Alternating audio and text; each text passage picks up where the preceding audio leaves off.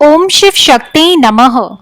सूत जी कहते हैं, मुनियों, इस साधन का महत्व बताते समय मैं एक प्राचीन वृतांत का वर्णन करूंगा, जिसे आप ध्यान पूर्वक सुने। बहुत पहले की बात है।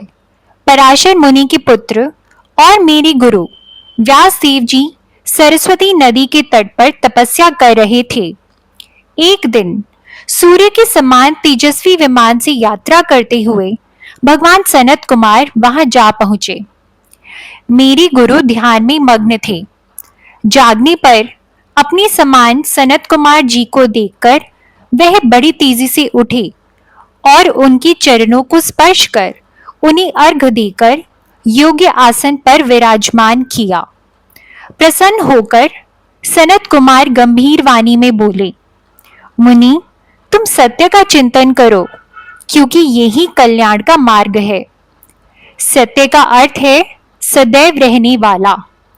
इस काल का कोई प्रभाव नहीं पड़ने वाला। यह सदा एक समान रहता है और ये सत्य पदार्थ भगवान शिव ही है। भगवान शंकर का कीर्तन और मनन ही उन्हें प्राप्त करने के सर्वश्रेष्ठ साधन है। पूर्व काल में मैं दूसरे अनेकानेक साधनों के भ्रम में पड़ा घूमता हुआ तपस्या करने मंदरांचल पर जा पहुंचा। कुछ समय बाद वहां महेश्वर शिव की आज्ञा से तथा शिव गणों के स्वामी नंदी वहां आए और स्नेह पूर्वक मुक्ति का साधन बताते हुए मुझसे बोले, शंकर का श्रवण, कीर्तन और मनन ही मुक्ति का स्रोत है, अतः तुम इन्हीं साधनों का अनुष्ठान करो। व्यास जी से ऐसा कहकर सनत कुमार ब्रह्मधाम को चले गए। ये कथा सुनकर ऋषि बोले, सूत जी, आपने श्रवण, कीर्तन और मनन को मुक्ति का उपाय बताया है, किंतु जो मनुष्य इन तीनों साधनों में असमर्थ हो, वह मनुष्य कैसे मुक्त हो सकता है?